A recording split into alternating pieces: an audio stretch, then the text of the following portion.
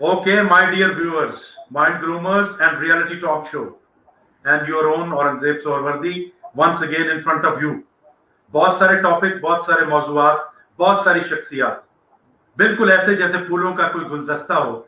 और आज इस गुलदस्ते में अपने खूबसूरत रंग भरने के लिए आए हैं हमारे साथ the great, the enterprising, the colourful Umar Saud. Umar, बहुत बहुत वेलकम आपको रियलिटी टॉक शो में। Thank you, sir. That's Thank great. you so So much. nice of you. So nice of you that you spared time. And let's have a rocking show. और उसमें सबसे पहले मैं चाहूंगा कि आप हमारे साथ ये शेयर कीजिए कि आपका ये सफर शुरू कैसे हुआ, म्यूजिक का, एडवर्टाइजिंग का, मार्केटिंग का, उसके बारे में कुछ बताइए। लेकिन बताने से पहले आपका जो सिग्नेचर स्टाइल है उसका थोड़ा सा म्यूजिकल आप अपना इंट्रो करें जरा। अच्छा जी, चले थोड़ा सा, क्योंकि काफी देर हो गई है जब से कोरोना स्ट्राइक किया है, तब से एवरीवन इज लॉग्ड इन, तो इसलिए हम बहुत कम म्यूजिक कर रहे हैं। लेकिन फिर भी चलें, I might be a little rusty, but then again the rhythm comes from within. Yeah, thank you very much.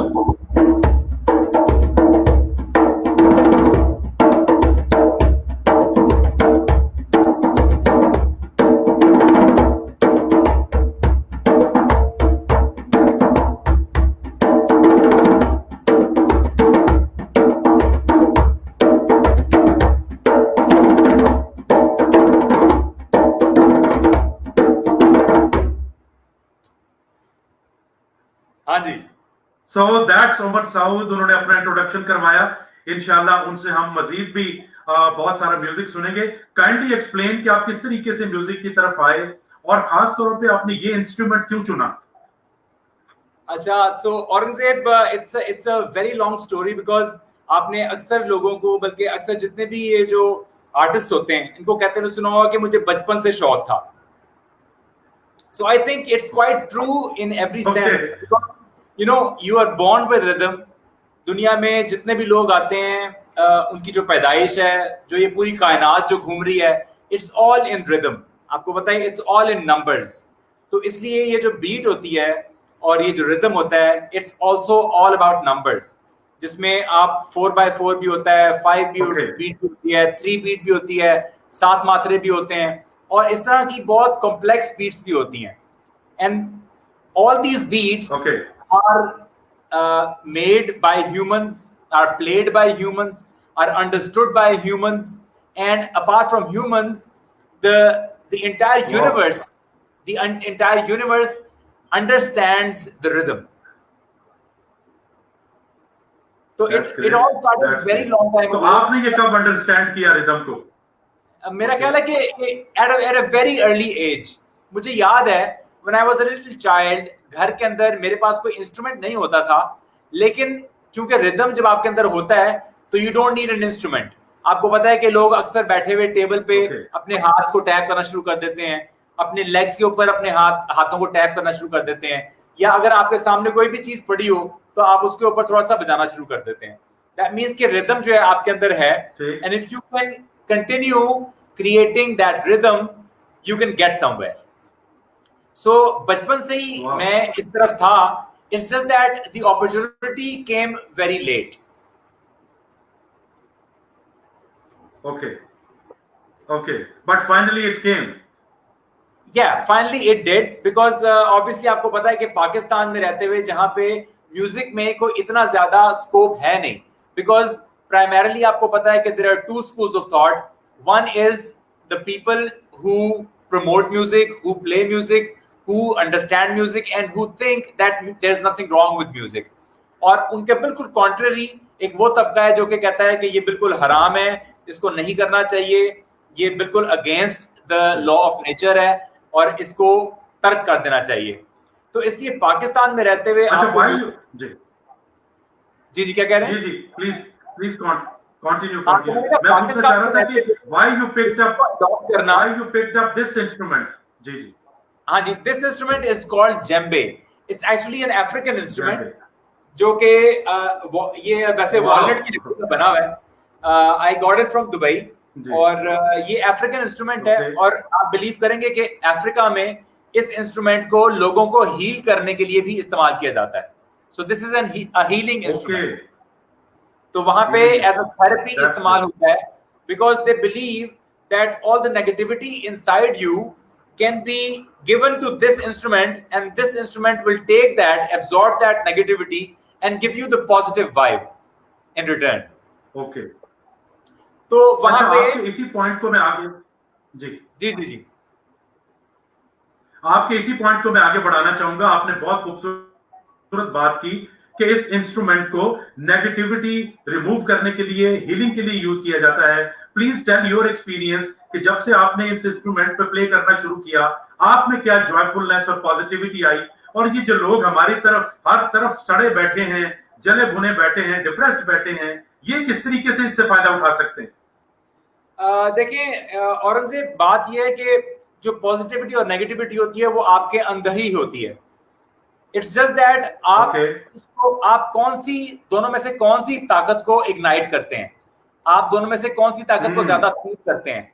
ये 100% आपके अपने कंट्रोल में होता है कि आप पॉजिटिव वाइब्स को वेलकम करना चाहते हैं या नेगेटिव वाइब्स को वेलकम करना चाहते हैं. आपने देखा होगा कि हम जब भी किसी कमरे में एंटर होते हैं तो एक ऑरा लेके एंटर होते हैं. आपकी एक पर्सनैलिटी होती है, एक आपके इर्द गिर्द मैग्नेटिक फील्ड होती है जिसको लेके आप किसी भी कमरे में एंटर होते हैं.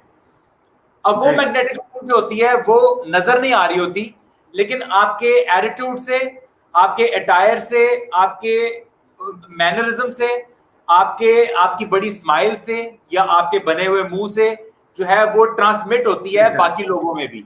आपने नोट किया होगा कि अक्सर लोग कमरे में दाखिल होते हैं तो एकदम से एक उदासी सी छा जाती है या एक बुरी सी वाइब आती है, और ऑन द कॉन्ट्ररी कई दफा होता है कोई इंसान आता है तो एकदम से एक हवा जो होती है वो थोड़ी सी खुशगवार हो जाती है, वाइब्रेंट हो जाता है माहौल.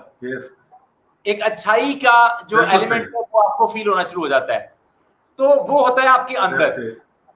अब आप इन दोनों में से जिसको ज्यादा फीड करेंगे वही चीज आपको टेक ओवर कर लेगी. डिप्रेस होने में भी चंद मिनट लगते हैं और खुश होने में भी चंद मिनट लगते हैं. ठीक. तो हमने नोट किया है ओवर द इयर्स, जब हमने ये इंस्ट्रूमेंट बजाया और जब बाकी लोगों ने इसको सुना, तो I don't know about you, आपने भी मुझे शायद स्टेज पे परफॉर्म करते देखा ही है. So whenever I am performing, you see a certain kind of energy coming out of me and going into the crowd. Yes. तो आपको क्या लगा कि वो नेगेटिव एनर्जी थी या पॉजिटिव एनर्जी थी? Very positive, very joyful. ऐसे ही है. तो अब बात ये है कि चूंकि मैं इसको बहुत एंजॉय करता हुआ बजा रहा होता हूँ, अपनी सारी जो नेगेटिविटी होती है या जो अपनी नेगेटिव थॉट्स होती हैं उनसे उस वक्त मैं बिल्कुल छुटकारा हासिल कर लेता हूँ. मुझे कोई किसी और चीज की फिक्र नहीं होती है, मुझे सिर्फ एक चीज पे कंसंट्रेशन होती है, और इस चीज से पॉजिटिविटी जो आ रही होती है वो क्राउड में भी जा रही होती है और लोग आगे से रिस्पॉन्ड भी उसी तरह कर रहे होते हैं. और मैंने नोट किया है कि every time when I am done with the performance and when I get off the stage, people walk up to me, they want to have selfies या वो मुझसे बात करना चाहते हैं, और साथ ही वो ये पूछते हैं कि मुझे बताएं कि आप खुद जब बजा रहे होते हैं तो इतना एंजॉय कर रहे होते हैं कि हमें आपको देख के ऐसा लगता है कि there is something positive going on, और वो लोग भी एंजॉय करते हैं इन रिटर्न. बिल्कुल सही. तो इसी तरह अच्छा, अभी ये बताइए कि ये वो भी आप इसी तरह फैलाते हैं.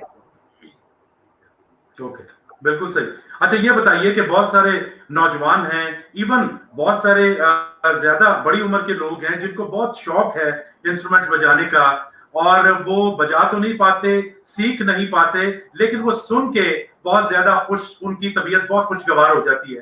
क्या जिसकी भी कोई ये हॉबी है उसके लिए कोई अपॉर्चुनिटीज हैं कि वो कोई सीखना अगर चाहे तो कोई ऐसे इदारे हैं जहां पे जाके सीखा जा सकता है? आपने ये कहां से सीखा, जरा गाइड कीजिएगा लोगों को. औरंगजेब, वैसे तो अगर आपको बताऊं कि ये जो इंस्ट्रूमेंट है ये मैंने तो खुद से सीखा है. आजकल बहुत बड़ा टीचर है यूट्यूब. आपने देखा है कि हमारे जो बच्चे हैं वो आजकल टेक्नोलॉजी से इतने आशना हैं कि वो यूट्यूब पे जाके ऑलमोस्ट हर चीज सीख लेते हैं, और चंद मिनटों में एक इंसान जिसको कुछ पकाना नहीं आता वो एकदम से शेफ बन जाता है. एक इंसान जिसको कोई इंस्ट्रूमेंट बजाना नहीं आता वो इंस्ट्रूमेंट बजाना शुरू कर देता है एटलीस्ट। और यूट्यूब पे बिगिनर से लेके और एडवांस लेवल के हर किस्म के लेक्चर्स पढ़े हुए हैं, हर किस्म के ट्यूटोरियल्स पढ़े हुए हैं। सो अगर आपने देखा हो कि जो प्यासा होता है वो कुएं के पास पहुंच जाता है, तो इसी तरह आपकी उम्र चाहे जितनी मर्जी है, आप जिस मर्जी तबके से ताल्लुक रखते हैं, अच्छा अभी अगर आपकी हॉबी है और अगर हॉबी नहीं भी है और अगर आप इसको एज अ थेरेपी अडॉप्ट करना चाहते हैं तो आपके लिए तमाम रास्ते खुले हैं। आप हमसे राब्ता कर सकते हैं, आप यूट्यूब पे देख सकते हैं, आप यहाँ पे बहुत सारी एकेडमीज हैं लाहौर में, कराची में, इस्लामाबाद में, जहाँ पे आप जाके इनरोल कर सकते हैं, वहां से कुछ ना कुछ सीख सकते हैं। और मेरा ख्याल है कि खुद में थोड़ी बहुत इन्वेस्टमेंट करते रहना चाहिए। और there is nothing wrong with playing an instrument, learning something new which can make you happy. Because आप देखें आपके इर्द गिर्द मीडिया जो है वो क्या रोल प्ले कर रहा है। मीडिया पे शायद ही आपको कोई 1% कोई अच्छी खबर सुनने को मिलती है, otherwise what they are feeding on is all the negativity that is around. Yes, बिल्कुल सही। अच्छा अभी यहाँ पे मैं आपके तजर्बे और आपके खुद इस म्यूजिक में इन्वॉल्वमेंट से पूछना चाहूंगा। आपने अभी बहुत अच्छी बात की कि जी यूट्यूब पे, इंटरनेट पे बहुत सारी चीजें अवेलेबल हैं किसी भी फील्ड से मुतालिक, and one can learn easily. लेकिन क्या वजह है, मैं आपके कमेंट्स जानना चाहूंगा कि जो ये वीडियोस और मटेरियल ज्यादा अवेलेबल होता जाता है तो हमारी क्वालिटी और इंटरेस्ट लो हो रहा है। किसी भी फील्ड में we are producing very very less excellent performers, चाहे वो साइंस है, म्यूजिक है, बिजनेस है। इसकी क्या आपके ख्याल में क्या वजह, आसानियों की वजह से प्रॉब्लम आ गई है? औरंगजेब, इसमें असल में मैंने जो जहां तक मैंने नोट किया है वो ये है कि पूरा एक जनरेशन जो है वो एक उसका जो रुख है वो हो गया है शॉर्टकट्स की तरफ। आपने देखा होगा कि हमारे जो उभरती जो पौध है, जो नई पौध है, उसका अटेंशन स्पैन बहुत थोड़ा है। अगर आप उनको बैठ के कोई बात समझाने की कोशिश करें तो आप देखेंगे कि उनकी एक कैफियत जो है वो एकदम से हिजानियत उसके अंदर आ जाएगी और वो झुल्ला जाएंगे और वो आपकी बात को पूरे तरीके से नहीं सुन पाएंगे और आपको सही तरीके से रिस्पॉन्ड भी नहीं कर पाएंगे।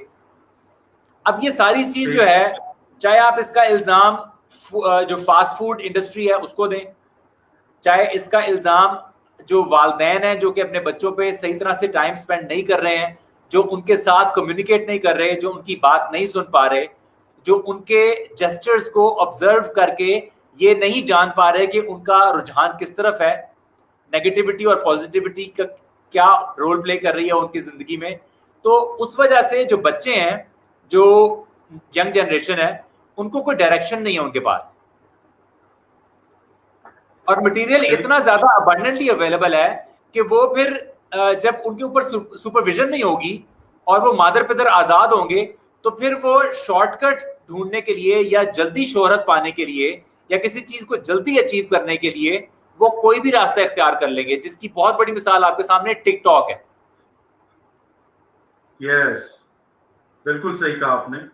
अच्छा अभी टाइम आ गया है आपसे पूछने का कि आप चूंकि खुद एक इंस्ट्रूमेंट में इन्वॉल्व हुए, उसको बजाना शुरू किया, आपका तजर्बा, आपका स्किल क्या कहता है कि जिस भी इंस्ट्रूमेंट को आप प्ले कर रहे हैं हॉबी के तौर पे या प्रोफेशन के तौर पे, चाहे वो ड्रम है, गिटार है, सितार है या ये आपका इंस्ट्रूमेंट है, क्या उसकी इंट्रिकेसीज को समझना जरूरी है? उस इंस्ट्रूमेंट्स के अंदर घुसना, उसको पूरा अंडरस्टैंड करना बहुत जरूरी है? देखें, हर लेवल होता है, चाहे वो पढ़ाई हो, चाहे म्यूजिक हो, चाहे कोई भी इंडस्ट्री हो, चाहे आपकी कोई जॉब हो, उसमें जैसे जैसे आप आगे जाते जाएंगे तो अपनी काबिलियत को जब तक बढ़ाएंगे नहीं तब तक आपको और नहीं मिलेगा। आपने देखा होगा कि जब आप जॉब में भी होते हैं तो एक वक्त आता है कि सैचुरेशन आ जाती है और उससे आगे आप नहीं जा पाते। That is the time to actually invest into yourself. तो इसलिए चाहे वो इंस्ट्रूमेंट हो या कोई भी वॉक ऑफ लाइफ हो, उसके अंदर अगर आप अपने अंदर इन्वेस्ट नहीं करेंगे, अगर आप उसकी इंट्रिकेसीज को नहीं जानेंगे, अगर उसको और एक्सप्लोर नहीं करेंगे, अगर उसमें अपने आप में बेहतरी नहीं लेके आएंगे, अगर प्रैक्टिस अपने बेहतर नहीं करेंगे, अगर उसमें आवर्स स्पेंड नहीं करेंगे, तब तक आप आगे नहीं बढ़ सकेंगे। That's great, that's great, wonderful Umar. मुझे भी बहुत मजा आ रहा है आपके साथ बात करते हुए। अब हम तकरीबन प्रोग्राम के मिड में पहुंच चुके हैं। यहाँ पे एक रिक्वेस्ट बनती है आपसे कि let's have a great performance जो हमें बहुत ज्यादा चार्ज अप कर दे। उसके बाद सवालों का सिलसिला जारी रखते हैं। जी जरूर जी। Thank you, wonderful.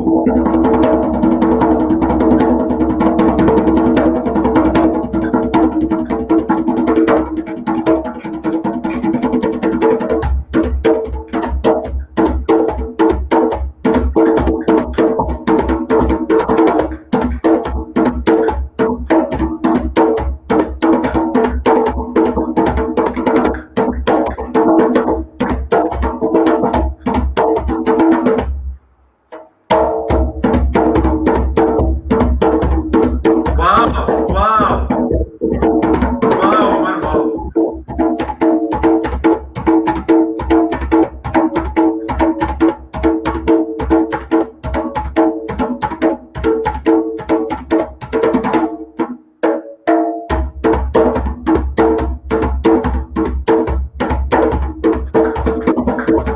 That's it.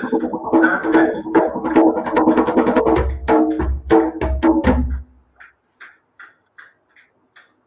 Wonderful wonderful wonderful Umar भाई। अभी हम प्रोग्राम को आगे बढ़ाते हैं और चूंकि आपका बहुत ज्यादा एक्सपीरियंस है मार्केटिंग एडवर्टाइजिंग में भी, ये तो आपका एक हॉबी है, आपका बहुत खूबसूरत एक पैशन है। मैं इस मौके से फायदा उठाते हुए जानना चाहूंगा कि इस वक्त जो लेटेस्ट डिजिटल सारी चीजें चल रही हैं, कंपनीज अपने सर्वाइवल की जंग भी लड़ रही हैं, आप इस वक्त क्या सजेस्ट करेंगे अपने एक्सपीरियंस के बेस पे कि क्या मार्केटिंग स्ट्रेटजीज कंपनी को आजमानी चाहिए जिसमें ब्रांडिंग एडवर्टाइजिंग स्ट्रेटजीज भी शामिल है, ताकि वो इस कोरोना के डैमेज से बाहर निकलें और थोड़ा सा ग्रोथ की तरफ चलें? आपने देखा होगा औरंगजेब के अभी जो कैटास्ट्रोफी आई है, जो पेंडेमिक आई है, मेरा ख्याल है कि जितने भी बिजनेसेस हैं, चाहे वो छोटा बिजनेस है या बड़ा बिजनेस है, चाहे आप मल्टीनेशनल्स को देख लें, बहुत बड़ी बड़ी ऑर्गेनाइजेशंस जो हैं वो कोलैप्स हो गई हैं। बहुत बड़ी बड़ी ऑर्गेनाइजेशंस ने बहुत सारे लोगों को ले ऑफ कर दिया है। बहुत सारी बड़ी ऑर्गेनाइजेशंस जो हैं वो अपने बिजनेसेस वाइंड अप करके खुदाफिज से आके चल पड़ी हैं, जिसमें ब्रिटिश एयरवेज में भी आपने देखा है कि उन्होंने अभी जो है अपना ऑपरेशन जो है वो क्लोज कर दी है। तो आप ये देख रहे हैं कि आपकी जो स्ट्रेटजीज होती हैं, जो आप कहते हैं कि हम कुछ लॉन्ग टर्म स्ट्रेटजी होती हैं, कुछ शॉर्ट टर्म स्ट्रेटजी होती हैं, तो कहाँ गई वो स्ट्रेटजीज? मेरा ख्याल है कि इसी तरह कभी ना कभी ऐसा जरूर होता है कि कुछ अनकंट्रोलेबल फैक्टर्स जो होते हैं, जैसे कैटास्ट्रोफी है, अब ये पूरी दुनिया इससे अफेक्ट हुई है। तो मेरा ख्याल है कि going forward you have to keep in mind के इस लॉकडाउन के अंदर जो क्वारंटीन है, जिसमें लोग घर में कैद रहे हैं, और क्योंकि हम एक सोशल एनिमल है और हमारा बहुत कुछ जो है वो सोसाइटी में एक दूसरे से मिलने से, नेटवर्किंग करने से, लोगों से रवाबित बढ़ाने से और मिलजुल के चलने से होता है, जो कि नहीं हो पा रहा अब। तो इसलिए बहुत सारे लोग जो हैं वो डिप्रेशन की तरफ जा रहे हैं। बहुत सारे लोग जो हैं they have lost their jobs, बहुत सारे बिजनेसेस जो हैं वो क्लोज हुए हैं। तो इसलिए अब जब हम इससे बाहर आएंगे और दोबारा से एक नॉर्मल रिज्यूम होगा, तो it will be a different normal all together. उसमें आप बहुत सारा कुछ लर्न कर चुके होंगे। ये जो टाइम आप घर पे स्पेंड कर रहे हैं, this is the time that you all have been waiting for. क्योंकि आपने देखा होगा कि जब जो लोग नौकरी पेशा हैं, वो सुबह से लेके शाम तक एक रट में चल रहे होते हैं। वो सुबह जाके अंगूठा लगाते हैं, सारा दिन काम करते हैं, ईमेल्स भेजते हैं, ईमेल्स रिसीव करते हैं, किसी के सुनते हैं, रिस्पॉन्ड करते हैं, शाम को टाइम देखते हैं, अंगूठा लगा के घर आ जाते हैं। जब घर भी आते हैं तो उनका माइंड इतना प्री ऑक्यूपाइड होता है कि वो अपनी फैमिली के साथ वो क्वालिटी टाइम नहीं स्पेंड कर पाते जो कि उनसे एक्सपेक्ट किया जाता है। तो now Allah has given you an opportunity to reflect upon yourself and see what you've been missing. तो इसमें ये हुआ है कि क्योंकि आपको पता है राज़िक अल्लाह ताला की जात है, रिज्क का जो वादा है वो उसने किया हुआ है, तो इसलिए रिज्क कम या ज्यादा हो सकता है, बंद नहीं हो सकता, क्योंकि ये अल्लाह ताला ने चूंटी को भी देना है। तो इसलिए रिज्क आपका बंद नहीं हो सकता, जो मर्जी हो जाए। कम जरूर हो सकता है, तो ये चीज रियलाइज करने की बात है कि अब आप देख लें कि अब आपके पास सब कुछ होते हुए भी अगर आप कहीं निकल ही नहीं सकते, कहीं जा ही नहीं सकते, आप वेकेशंस नहीं एंजॉय कर सकते, तो किस काम का है आपका ये सारा कुछ जो आपने कमाया है या जो आपने जितना भी बनाया है या जोड़ा है। और इस वक्त मैंने देखा है कि बहुत बड़ी बड़ी जो Yes. कंपनीज हैं जो कि 40-45 साल से 70-70 जी। साल से कमा रही हैं और उन्होंने बहुत सारा पैसा कमाया है, ठीक। बहुत सारा री इन्वेस्ट भी किया है, बहुत ग्रो भी किया है, और चंद महीने के अंदर उन्होंने अपने लोगों को ले ऑफ करना शुरू कर दिया। Okay. This has really disturbed me. ठीक, मैं बिल्कुल दिखता सही। हूं कि मतलब आप लोगों Yes. ने अपने एम्प्लॉइज से कितना कितना पैसा कमाया है उनके उनके स्किल सेट को इस्तेमाल करते हुए, उनकी जिंदगी के Yes. खूबसूरत लम्हात को अपने लिए इस्तेमाल करते हुए कितना कितना पैसा आप लोगों ने जोड़ा है, और चंद महीने आपसे जी। बर्दाश्त नहीं हो सका कि आप उनको घर बिठा के सैलरी दे सकें। आप लोगों ने सैलरीज में कट लगा दिए, 20% 50% स्लैश करके आप लोगों ने सैलरी दी। फिर आप लोगों को मजबूर कर रहे हैं, बड़े बड़े जितने भी ऑर्गेनाइजेशंस हैं उसके जो सीईओज हैं, जो सीओओज हैं, वो घरों में बैठ के और क्वारंटीन एंजॉय करके और बहुत एक सेफ एनवायरनमेंट बना के जो अपनी फ्रंट लाइन फाइटर्स हैं, जो कि उनके एग्जीक्यूटिव्स हैं, उनके ऊपर इतने हार्श हैं कि वो कह रहे हैं कि आप ऑफिस आएंगे तो आपको सैलरी मिलेगी, अगर आप नहीं आएंगे तो आपको सैलरी नहीं मिलेगी, जबकि खुद वो लोग जो हैं ठीक। वो अपने घरों के अंदर बैठे हुए हैं। तो मेरा ख्याल है कि इस वक्त जो है ना, जो स्ट्रेटजी है वो बिल्कुल फर्क हो गई है। और उसके साथ साथ आप पूछ रहे थे कि अब जो नए ब्रांड्स हैं या अगर कोई नए बिजनेसेस हैं जो कि लॉन्च करना चाह रहे हैं, आपने देखा है बहुत सारे बिजनेसेस इस पेंडेमिक जी। के अंदर ग्रो किए हैं। जैसे सैनिटाइजर हर किसी ने बनाना शुरू कर दिए, मास्क हर एक ने बनाने शुरू कर दिए। अब इसी से रिलेटेड और बहुत सारी चीजें हैं जो कि और आ जाएंगी मार्केट में। जो एक्सपेक्टेड था कि जो लॉन वाले लोग हैं सारे, ये अपने अब लॉन के मास्क भी बना देंगे, और बहुत सारे ब्रांड्स ने ऐसा कर भी दिया है कि अब जब आप जो सूट खरीदेंगे उसके साथ उसके मैचिंग जो है वो मास्क भी आपको मिल जाएंगे। तो इंसान जो है वो अडेप्ट करता रहता है, और ऐसे पेंडेमिक के अंदर भी नए नए आइडियाज जन्म लेते रहते हैं। अभी ये है कि मेरी जो आप लोगों को जो बिजनेस शुरू करना चाह रहे हैं, जो अगर अपने डाइवर्सिफाई करना चाह रहे हैं, तो ये है कि जो नेसेसिटीज हैं, आपने देखा कि इस पूरे पेंडेमिक के अंदर जो नेसेसिटीज हैं वो आउट ऑफ मार्केट नहीं गई, उनके बिजनेसेस क्लोज नहीं हुए। आटा आपने खाना है, मसाले आपने इस्तेमाल करने हैं, घी आपने इस्तेमाल करना है, ऑयल आपने इस्तेमाल करना है, दालें, चावल, चीनी, नेसेसिटीज जितनी भी हैं, ये सारी जो हैं ये रहेंगी। तो इसलिए कि बहुत सारे जो न्यू बिजनेसेस हैं, जो यंग एंटरप्रेन्योर्स हैं, उनको चाहिए कि इस तरह के बिजनेसेस में इन्वेस्ट करें ताकि जो अबंडेंस ऑफ फूड है वो पाकिस्तान में क्रिएट हो सके और हर तबका जो है उसको अफोर्ड कर सके और इस तरह कमी ना हो खाने पीने। Very nice. अब उमर सऊद साहब जैसा एक जबरदस्त मार्केटियर आया हो तो दिल चाहता है कि एक सवाल और पूछ लिया जाए, और वो ये है कि अभी सिचुएशन ऐसी बनी हुई है कि बिजनेसेस ने अपने एडवर्टाइजिंग बजट्स पे कट लगाया, ट्रेडिंग्स पे कट लगाया, अभी बिजनेसेस को ग्रो करने। और हमारे यहाँ दूसरा प्रॉब्लम जो एडवर्टाइजिंग में रहा है वो कंटेंट का रहा है। या कराची में थोड़ा बहुत एड तैयार होते थे या दुबई में होते थे और वो सारा इंडियन मटेरियल होता था। As an advertiser, as an marketer, इस वक्त आप क्या एडवाइस करेंगे बिजनेसेस को कि वो किस किस्म की एडवर्टाइजिंग करें? औरंगजेब, मसला पाकिस्तान का काफी अरसे से ये रहा है कि जो अभी आपने एक प्रॉब्लम की तरफ पहले तवज्जो दिलाई थी, और वो ये थी कि अभी जो अटेंशन स्पैन है या जो यंग माइंड्स आ रहे हैं वो क्वालिटी जो है उसके ऊपर कॉम्प्रोमाइज करते जा रहे हैं आहिस्ता आहिस्ता। तो मीडिया इंडस्ट्री जो है हमारी और जितनी भी एडवर्टाइजिंग इंडस्ट्री है, इसके अंदर भी हमने ओवर द इयर्स एक डाउनफॉल ही नोट किया है। हमने नोट किया है कि ओरिजिनल कंटेंट प्रोड्यूस करना, ओरिजिनल कंटेंट को कंसीव करना और उसको प्रोड्यूस करके आगे तक पहुंचाना, ये चीजें बिल्कुल खत्म हो गई हैं। यहाँ पे लोग जो है वो शॉर्टकट्स ढूंढते हैं, वो आसानी के रास्ते ढूंढते हैं। एक चीज ऐसी जो कि पहले से तैयार है उसको अडॉप्ट करते हैं और उसको अडेप्ट करके अपने जो डेमोग्राफिक्स हैं उसके लिहाज से उसको थोड़ा सा ट्वीकिंग करके तो उसको लॉन्च कर देते हैं एज एन एड। और इन एड कैंपेन्स के पीछे जो माइंड्स होते हैं, जो कि क्रिएटिव हेड्स होते हैं, जो क्रिएटिव हेड्स कहलाते हैं, बेसिकली उन्होंने भी जो आइडियाज होते हैं वो उनके अपने नहीं होते, वो उन्होंने कहीं ना कहीं से लिए होते हैं, चोरी भी किए होते हैं, चाहे वो किसी और लैंग्वेज का ऐड हो, चाहे किसी और रीजन का ऐड हो, उन्होंने उसको देख के उसको यहाँ पे अडेप्ट करते हैं और वो कहते हैं कि हमने इंस्पिरेशन कहीं और से हासिल की है। बेसिकली इंस्पिरेशन नहीं होती, वो कॉपी करते हैं किसी के कंटेंट को और यहाँ पे छाप देते हैं। अच्छा, इससे अगर कंपेयर करें जो इंडियन इंडस्ट्री है, जो कि आपके बिल्कुल साथ ही बैठी है, जैसे कहते हैं ना कि नकल के लिए भी अकल की जरूरत होती है, उनके पास थोड़ी सी अकल इस जुमरे में थोड़ी ज्यादा है।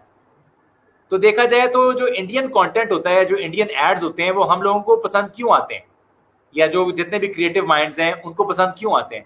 वो इसलिए कि वो लोग वाकई अपने थिंकिंग हैट्स ऑन करके और थोड़ी देर के लिए आइसोलेशन में जाके और वाकई कुछ ओरिजिनल सोचने की कोशिश करते हैं। वो उस प्रोसेस से अपने आप को गुजारते हैं जिसको कंसेप्शन का प्रोसेस कहा जाता है। क्योंकि आपने देखा है एडवर्टाइजिंग से ताल्लुक रहा है, अभी भी है, तो इसलिए जब एडवर्टाइजिंग, जब भी कोई कंपनी या कोई ब्रांड आपको कहता है तो सबसे पहले वो एक एडवर्टाइजिंग ब्रीफ आपको देता है, मार्केटिंग ब्रीफ देता है। उसमें वो अपने ऑब्जेक्टिव्स बताते हैं, उसमें वो अपनी ब्रांड गाइडलाइंस आपके साथ शेयर करते हैं, उसमें वो फिर अपने डेमोग्राफिक्स आपके साथ शेयर करते हैं, फिर अपने वो KPIs जो कि की परफॉर्मेंस इंडिकेटर्स होते हैं, जो वो अचीव करना चाह रहे होते हैं, वो आपके साथ शेयर करते हैं।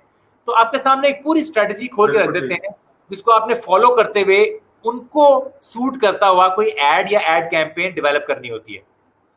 अब यहाँ मसला ये है कि हमारी जो एजेंसीज हैं, एक तो वो ओरिजिनल आइडियाज प्रोड्यूस नहीं करती हैं। मसला ये है कि जब वो ओरिजिनल आइडिया प्रोड्यूस कर भी लें तो जो ब्रांड ओनर्स होते हैं उनकी इतनी ज्यादा इन्वॉल्वमेंट होती है क्रिएटिव प्रोसेस में कि वो जो एजेंसी या जो क्रिएटिव हेड्स होते हैं उनके थिंकिंग प्रोसेस को हैम्पर कर देते हैं, जिसकी वजह से घूम फिर के आपको एक ही तरह के ऐड नजर आते हैं। आपको जो फीमेल्स हैं उनको मैं तो यही कहूंगा कि यूज करते हुए या अब्यूज करते हुए दिखाया जाता है, यूज किया जाता है, बिल्कुल ठीक है ना, उनको यूज किया जाता है। हालांकि आपने देखा होगा कि दुनिया में बहुत सारे एड्स हैं जो कि फीमेल के बगैर भी बन सकते हैं। इट इज नॉट नेसेसरी कि आप एक खूबसूरत खिलखिलाता चेहरा उसमें किसी खातून का दिखाएंगे तो आपका एड दिखेगा। जो इसमें जरूरत है वो ये है कि जब आपको ब्रांड कहता है कि मुझे एक कैंपेन डेवलप करनी है, तो आप सबसे पहले ये देख लें कि प्रॉब्लम कौन सी है जिसको हमने एड्रेस करना है, और फिर उसके बाद उसका सोल्यूशन ढूंढते हुए आप अपना क्रिएटिव जूसेस जो हैं वो उसके अंदर ब्लेंड करें और उनको एक ओरिजिनल आइडिया दें जो कि हो सकता है आज से पहले किसी ने ना किया हो। और एट द सेम टाइम जो ब्रांड ओनर्स हैं उनको भी अपना जिगरा, अपना दिल थोड़ा बड़ा करना पड़ेगा to experiment with something new. वरना अगर आप एक ही चलती चाल चलते जाएंगे तो आपको जो एड आजकल चल रहे हैं उस तरह के एड्स देखने को मिलेंगे सारी जिंदगी। Wonderful road map you have given. और उमर साउद हमारे साथ मौजूद हैं। बहुत खूबसूरत डिस्कशन हो रही है, लेकिन चूंकि आप प्रोग्राम हमारा इख्तितामी लम्हात की तरफ बढ़ रहा है तो टाइम हुआ है कि उमर से रिक्वेस्ट की जाए, और वो रिक्वेस्ट उनके एक बहुत जबरदस्त फैन की तरफ से है।